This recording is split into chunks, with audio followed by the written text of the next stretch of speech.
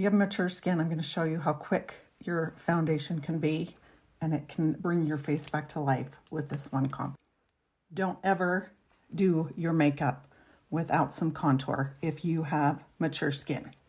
This is what is going to give your face the dimension and the lift and hiding that needs to happen.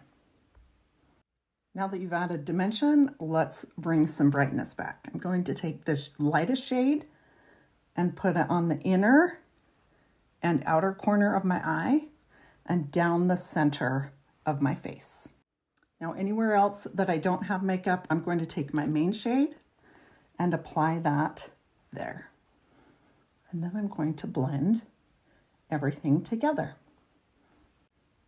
Apply, make sure you are tapping very lightly around your eyes if you have wiggly eyelids. Don't blend your contour all the way away. What you want to do is just kind of blend the edges. Now you can add your bronzer and your blush. Bronzer is placed right on the high points of the head where the sun kisses you, and blush right above the contour. It's that easy. Always set your cream makeup with some setting spray or some setting powder. If you want one of these palettes, let me know.